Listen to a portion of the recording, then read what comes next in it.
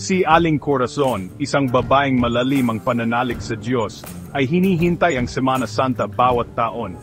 Ito ay isang espesyal na panahon sa kanilang bayan sa Antique. Lahat ay naghahanda para sa mga prosesyon at pagbisita sa simbahan. Gustong-gusto ni Aling Corazon ang solemnity ng okasyon. Pakiramdam niya ay mas malapit siya sa Diyos tuwing mahal na araw. Isang gabi, sumama si Aling Corazon sa prosesyon. Makapal ang usok ng insenso sa hangin. Kumakanta ang mga tao ng malulungkot na himno. Hawak ni Aling Corazon ang isang nakasinding kandila. Dahan-dahan siyang naglalakad, puno ng panalangin ang kanyang puso. Natapos ang prosesyon sa lumang simbahan. Nakatayo ito sa isang burol na tinatanaw ang bayan. Napapaligiran ang simbahan ng mga lumang puno ng akasya. Mahaba ang mga anino ng sanga nito dahil sa liwanag ng mga kandila. Nakaramdam ng ginaw si Aling Corazon kahit mainit ang gabi. Punong-puno ang simbahan. Umaapaw ang mga tao hanggang sa bakuran. Sinubukan ni Aling Corazon na makalapit sa pasukan. Gusto niyang sindihan ang kanyang kandila mula sa Paschal candle. Biglang sumiksik ang mga tao at natulak siya papunta sa madilim na bahagi sa ilalim ng mga puno ng akasya.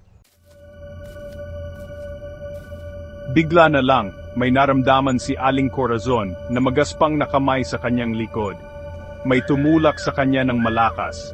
Natisod siya at natumba malapit sa puno ng isang malaking akasya. Kinabahan siya. Tila mas dumilim ang paligid niya. Pagkatapos ay nakita niya ito. Dalawang kumikinang na mata ang nakatitig sa kanya mula sa mga sanga sa itaas. Napuno ang hangin ng amoy ng malakas na tabako. Agad na nalaman ni Aling Corazon. Ito ang kapre, ang nilalang na sinasabing naninirahan sa mga lumang puno. Natakot si Aling Corazon at gumapang paatras. Hindi siya sumigaw. Hindi man lang siya lumingon. Tumakbo lang siya. Tumakbo siya hanggang sa makarating sa kaligtasan ng kanyang tahanan. Mula noon, hindi na muling tiningnan ni Aling Corazon ang mga lumang puno ng akasya katulad ng dati. Pumupunta pa rin siya sa simbahan tuwing Semana Santa, pero lagi niyang sinisiguradong malayo siya sa dilim sa ilalim ng mga puno. Hindi niya malimutan ang engkwentro niya sa kapre. Ito ay isang paalala ng mga misteryong nakatago sa ilalim ng kanyang pananampalataya. Like and subscribe to my channel.